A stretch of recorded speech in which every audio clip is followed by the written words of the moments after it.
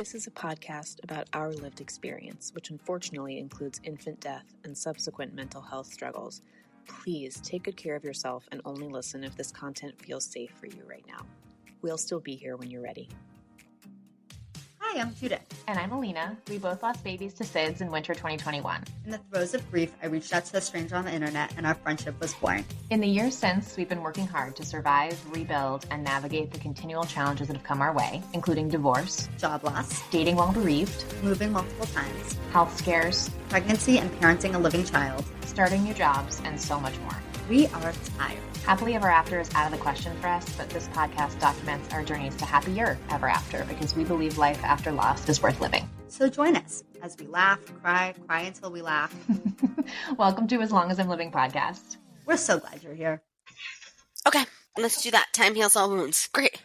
Okay, let's start by reading a quote about it because I feel like that's a nice, you know what I mean? Okay. Let's see. Okay, so this one is from Rose Kennedy. It says, It has been said, time heals all wounds. I do not agree. The wounds remain. In time, the mind, protecting its sanity, covers them with the scar tissue, and the pain lessens, but it is never gone. What do you think of that? This person says, they say time heals all wounds. It doesn't. It just patches a broken heart. It doesn't get any easier over time. We just learn to live with the pain. This person says, hold on. Wait, these are really interesting. This one says, they say time heals all wounds, but that presumes the source of the grief is finite. This is super interesting. These quotes are fascinating. Wait, I'm going to read a couple more just because I think they're interesting. And then, keep going. And we'll say, this one says, they say time heals all wounds, but maybe the fading memory is the real reason they heal. Ouch. I'm just presenting options. And you can say, do any of these resonate with you? This person said, this one says, they say time heals a broken heart, but time has stood still since we've been apart. Okay, so do any of these resonate with you? Yeah, I think particularly the one about time only heals wounds if the source of the wound is finite. I mean, so Judith, do you think time heals all wounds? I know what you're going to say. No, I think work heals wounds. No, I think you have to work. I don't think it's time. And I actually think we got an Instagram message a couple of days ago that I think really made this clear for me. This person said, hi, blah, blah, blah, blah, blah, blah. My son passed when he was 5 months and 13 days old. I was a teen mom and grew up in a get-over-it family. Carter, that's her son, would be 13 now. I am 31. I've always thought that I handled, in quotes, bereavement well, up until March 10th, when my lifelong best friend's son was born sleeping at 34 weeks. Watching her actually take care of herself and let herself grieve made me realize that I absolutely did none of that. Of course, 13 years ago, there were basically no resources for me, and connecting to others was a lot harder. My best friend introduced me to your podcast, and I made the choice to begin healing 13 years later after my loss. And then she talks, she says, thank you for the podcast. And so this is someone whose baby when I read that, died I was actually shocked. 13 years ago. 13 years ago. And we have another woman who reached out to us after a series of losses many years ago. And I thought I was, quote unquote, I thought I'd moved forward, but this is finding your Instagram account has unpacked all these things. So I don't think time heals all wounds, but I do think time, I think helps. That you need to, I think you need to do the work, and I don't think you can do the work without time. But I also think there are some wounds that are unhealable, regardless of how much work and time. I think this wound can be patched up and scarred over, but I don't think it's ever going to be healed. Well, what would constitute healing for you? How do you healing is a process? So when I was how old was I? When I was 10-ish, I broke my arm. And I the arm is healed, but I went for x-rays for something else recently and they said, "Oh, did you break your arm when you were a kid?" And I said, "Yes," because they can still see on the x-ray where my arm broke when I was a kid.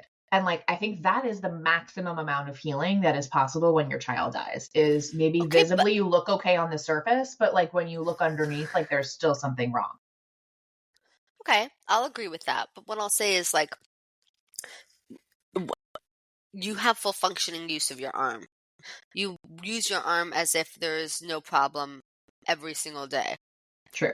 Yes, I think that I will always be broken inside, and there will always be a piece of me that is so sad, and I will never be the person that I was. Your arm is not the arm that it was.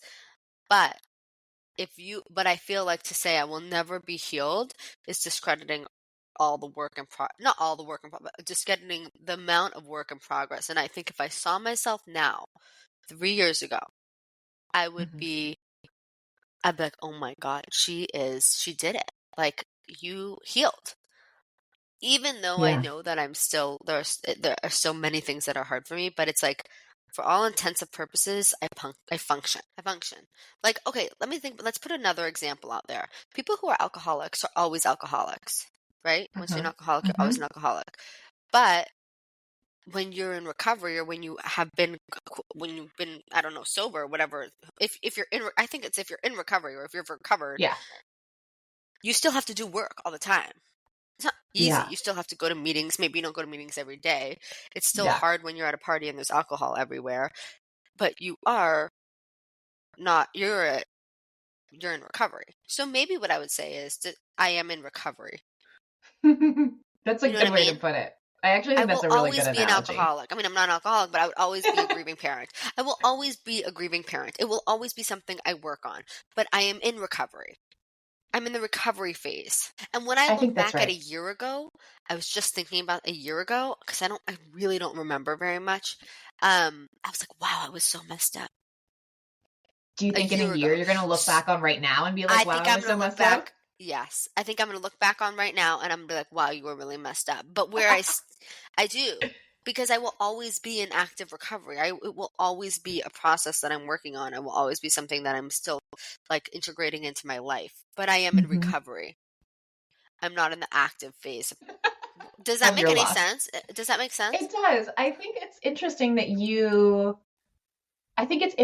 you feel like you have a goal of being healed. Would you say that you have a goal of at some point being healed from this loss?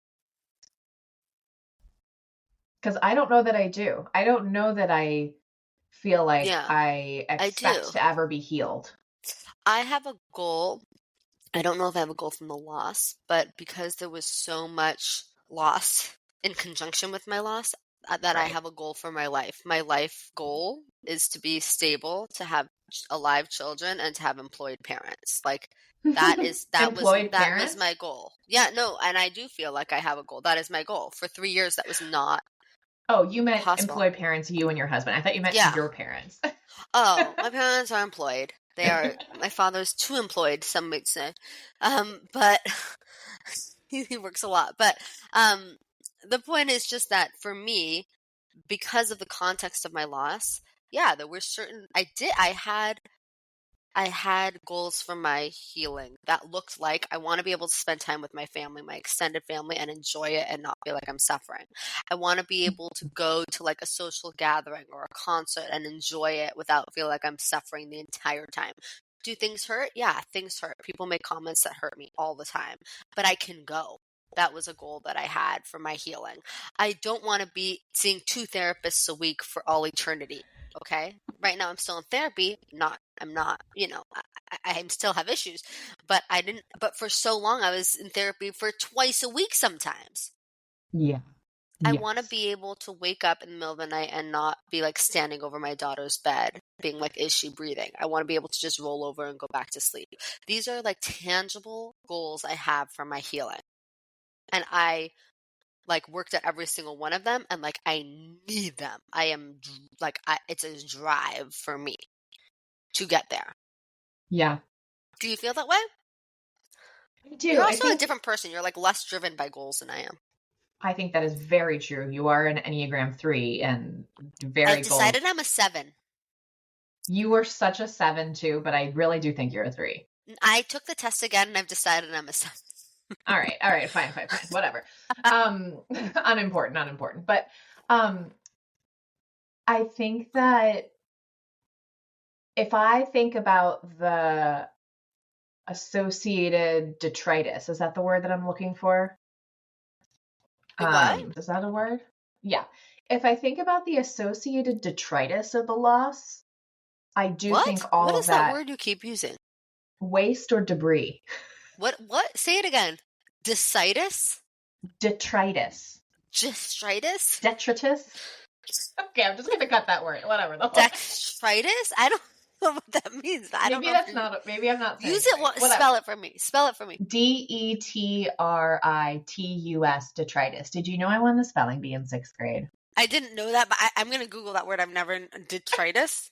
Detritus. No, I'm wondering if I'm just saying it wrong. Is it detritus? Right? Yeah, it looks like you're right, but that is what it is. But I don't know if it's used in it. How do you use in a sentence? Yeah, that's what it is. When a bomb goes off, it's like all the stuff that's like gets destroyed by the bomb. Look, it says my surroundings are littered with the detritus of my divorce. Yes. Okay. Yes. Thank you.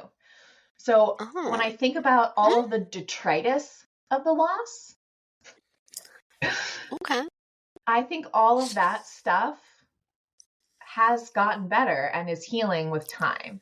Okay. But I also think the very core of my son being dead, yes, I can put a bandage over it, but like it always, if I take the bandage off, it's a raw wound in there, like actively bleeding, and sometimes it's covered up, but like every once in a while, at random times, it's a raw gaping wound still. Yes. And I don't ever think that will be healed, no matter how much time, no matter how much therapy, no matter how much journaling, no matter how much time outside, no matter how much friendship, like it's never going to go away.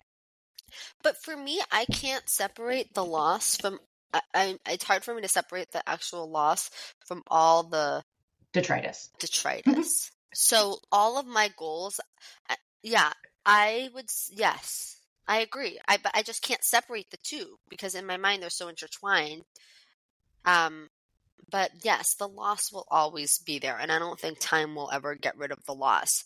But I just think that at some point, maybe the detritus will be healed, or whatever, and then I'll be able to focus more on just that loss. Like one of the things that I already think actually that we're there. I actually think that's true. I think we're getting to that point now. Well, one of the things that I've noticed is that the longer my daughter lives, the more things I've noticed that I've lost. Yeah. And so I will be grieving my whole life because he will be missing out on his whole life. So like missing out on first days of school, missing out on picture days, missing out. And there's so many things I didn't even know that you miss out on. And every time she reaches one of those milestones, I'm sad about it. So I think time, but also time opens new wounds, like time heals wounds, but time opens new wounds because you're like, I didn't know that was something I had to even grieve for. Now I have to grieve for parent-teacher conferences. I didn't even know that was something that I cared about. But then you're there and you're like, oh my gosh, I'm sad that I don't have one for him. So that part I feel like is true. But I want to go back to the essence of like time heals. I don't think time heals the wounds. I think work heals the wounds. It is not time that heals it. Because I think if I hadn't done any work and I woke up today, 3 years later, and I hadn't done any of the work, I think that I would be in a very, maybe it wouldn't look the same as it did when I first lost him, but I would be as messed up. Yes. Just in a different way. I mean, to go back to the broken arm metaphor, if I hadn't put a cast on and I had just let my arm heal willy-nilly, right? Like if we hadn't done the work of casting the wound and doing all this stuff, right? Like it would heal, but it would be all fucked up and like. And you would feel the pain every day. I could use my arm, but like maybe my wrist would be twisted, Exactly. Like, I think that's true. I don't think time heals all wounds. I think work heals wounds. You have to do the work. But I also think work alone cannot heal wounds. Sometimes you do need time. Like you and I in the beginning, we were doing work on work on work on work on work. Therapy, hugging cows, like yoga. We were doing all the shit, right? meditation, acupuncture. We also needed the time. Absolutely. Absolutely. And I would say there are certain things that you, like my faith that my daughter will wake up the next morning. I need just the time of seeing that she wakes up. Yes. You can't rush that. And I actually think in a way I think this is almost comforting to me because some of it is in your control. The work is in your control. Yeah. And some of it is out of your control. The time is not in your control. But the time will come without you having to do anything. Yeah. It's just so hard. So putting in the work and waiting out the time.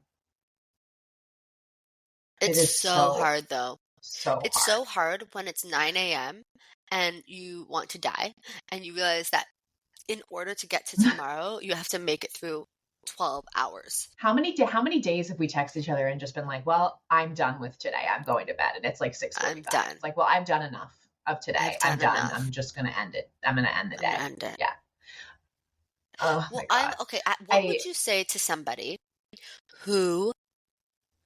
what would you say to that person, for example, who said, I haven't really done any grieving. My son died 13 years ago, and now I'm just realizing there's all this stuff I didn't do. I just was relying on time to heal it. What would you say to that person who's kind of like not day one, but in terms of their healing, significantly delayed? I don't know. In a way, I'm like bizarrely excited for her. That sounds weird.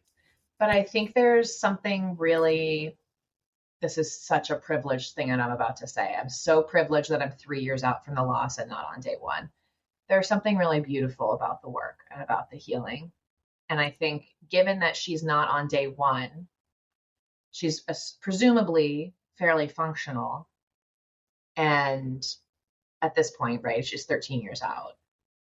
It's like, the healing that will come with all of the work that she's about to put in is really special and beautiful. And we did it concurrently with the day one loss, which maybe not everybody does. I don't know. What would you say? I'd say, oh my God, I'm so sorry too. Like, ugh, bleh. But I think I would say like, oof, you've got a long road. I mean, I wouldn't say that to her, but in my head, I would be like, wow, you have a long road of healing.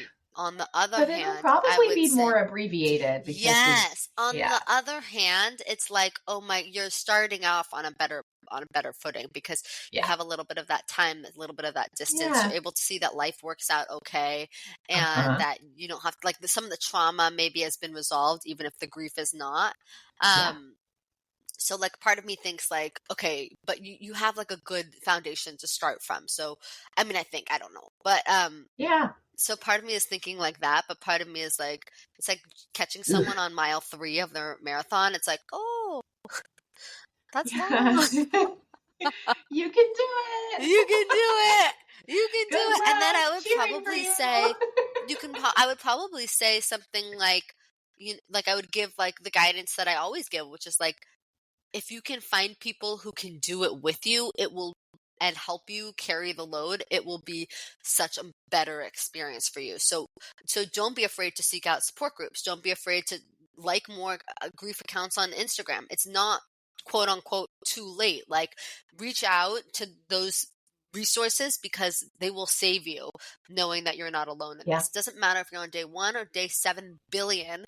Like, doing it with other people makes it manageable in a way that doing it alone is so much more difficult. So I think that's what I would say. It's not too late, and I don't even think she was saying it's too late. So, but I'm just saying, like, I would never want anyone to feel like, but it happened 10 years ago. Like, I'm not in the same.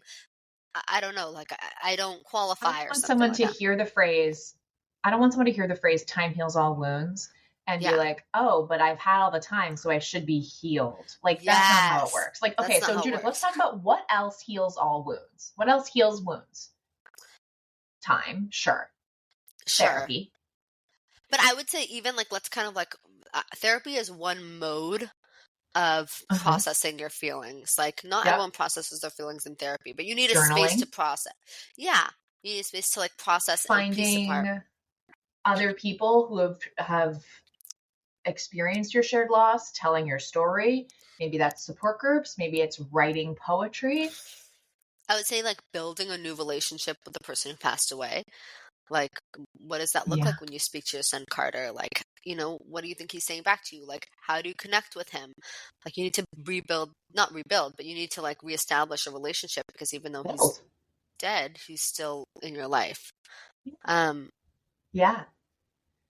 Like, I would say also, for me at least, like taking a step back from like responsibilities and like just giving myself the freedom to rest.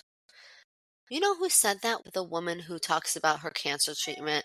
She was like, rest and digest. Katie Joy Duke. Katie Joy Duke. She says, like, when I had cancer, like, I don't want to be a warrior. I'm not fighting. I need to rest. And I feel like that's what I would say to, like, help me. Like, you need to sit down and rest. Stop moving. Sit down and rest. Feel your feelings. You have to feel the feelings for them to move through you and for you to heal. Yeah. And I think that sometimes it means taking a couple steps back from certain friendships for a period of time. Like, give yourself permission to not engage with things that are hurting you. Feel your feelings, identify which relationships in your life or which activities in your life are adding to you, your healing, and which ones are taking away from your healing. And don't be afraid to take a step back from the ones that are taking away from your healing, with the knowledge that you probably will be able to step back in at a later date. And I would say part of it is teaching the people around you how to communicate about your loss. And it sounds like this person's kind of in a more difficult situation because she called her family a get over it family, which, I mean, to be honest, many of us come from get over it families. So giving your family the tools and the education they need to communicate about the loss in a way that feels good to you. Training them to speak about your son or your daughter or whatever you've lost. Because if everyone around you is saying move on, move on, move on, it's a lot harder than when people are saying, like, I see that you're in pain today. I just want you to know I care. So you're going to have to do some training around the people around you. And I doubt that they're going to want to open that box because they're going to be like, it's so closed. But the reality is, like, you might need to reopen that box for them too. And then one thing we haven't spoken about yet, but I know I've spoken about it before, is this idea that there's trauma and then there's the grief. And we actually have a really good episode related to that. It's our episode about EMDR. And so losing a child young is both a trauma and it's grief. So it's a traumatic grief, which is very confusing and challenging to deal with. And those are two separate things. And the trauma is healable. I actually do believe 100% the trauma is healable. With a shitload of work, and maybe not completely, but like much more healable than the grief, the whole of my son being gone. And you know what else we haven't talked about yet? Medication. That can heal wounds. Anyway, the point is that the grief and the trauma are separate. And I wonder if with time, some of that trauma has already been healed. So maybe what you're really working on is like how to reconcile the grief. So I think like, I want to also touch on for a second that the people who say time heals all wounds are very frequently the people outside of the loss who are trying to comfort someone inside of the loss. Like, oh, you'll be okay. Time heals all wounds. Like, it's very much one of those like platitudes that just does not feel good to hear. And I think, first of all, as a society, we have got to stop saying bullshit like this. If you are in the loss, like if you, like Judith, are listening to this episode and you're like, I also feel like time is healing all my wounds. Wonderful. I'm so happy for you. If you are in the loss and someone outside of your loss is saying to you, don't worry about it, like you don't have to do anything, time will heal all your wounds, I wouldn't trust them. I think they are not a good grief supporter for you. I think that is somebody who is not willing to engage in the messiness and all the shit and actually help you process and heal the loss, because time on its own, that's our thesis statement, right? Okay, time on its own does not heal. I feel like a lot of times where I've heard the time heals all wounds, they're talking about like a breakup. Do you feel like time heals some wounds and not other wounds? Yes, I do. I agree. Like one small wound that I can think of that time always heals for me is if I say something embarrassing. Yes. If I say something embarrassing or like I didn't handle like a conversation with my boss well, or I said something that like is very cringeworthy, then like I'll be like so embarrassed about it for like a day or two. But then like time heals because like 3 days later I don't remember it, and it just so that and I actually you don't have to do work for that. It just goes away. It does, 100%. but like I always tell myself in the moment where I'm like, why did I say that? I'm always like, in a few days, Judith, you won't even remember this conversation. Just like calm down. Yeah. But that is an example of a wound that is finite, right? It's a very finite, whereas like losing your child is just like a gaping hole in your heart. I agree. The first time someone said it to me is when my boyfriend broke up with me on Thanksgiving. And I remember thinking, like, I mean, I believed it. Like, it didn't seem so crazy to me that that would happen. And now, like, that is not even like a wound. Like, I don't feel like there's a continual loss because of my high school boyfriend breaking up with me. And so I think that in that case, like, time does heal wounds because the loss does not continue. It just is on that day. So I think it's a kind of case by case. It kind of depends on like what other losses you've experienced in your life. Like you're saying, it kind of depends on like how you classify this as, like, I would call it as like a solvable loss and a non-solvable loss. Like I think time can help like the solvable losses. The ones that come from a finite place. Time will heal those. Yes, I think that's true. The ones that come from an infinite place, time will not. And the ones that have trauma associated. Mm-hmm. You have to do the work. You have to do the work. Do you think that the work can speed up the time needed? I don't know. I have to ask Dr. Mandel that because I remember when I first lost Aiden, like I went to her and I was like, oh my God, she would say like, you're doing really great. And I was like, oh my God, so I'm going to be done with this in like a year. I was like, I'm like getting an A+ in my grieving. And like, I remember saying like, oh, because I'm doing so well, do you think this is going to be faster? Like I remember asking her that question. And I feel like the answer she gave is like, yeah, it was kind of like I feel like she would say something like, you're doing an amazing job. And because you're so resourceful, that will help you in your journey. But it's going to take time. Now that I'm 3 years out, I kind of want to ask her, like, so what do you think? Like, do you think?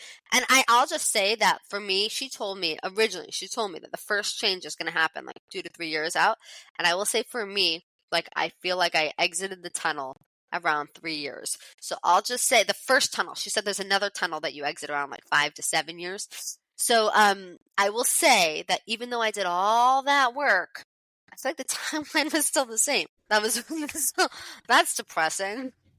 I don't know. What do you think? I think that the healing is maybe a more functional healing, but it still takes the same amount of time. I think the time it's going to take is the time it's going to take. I really think that that's true. To all of our wonderful new friends, we want to hear from you. Email us at aslongasimlivingpodcast@gmail.com and follow us on Instagram at aslongasimlivingpodcast. We'll get back to you as soon as our grieving brains allow. Yay!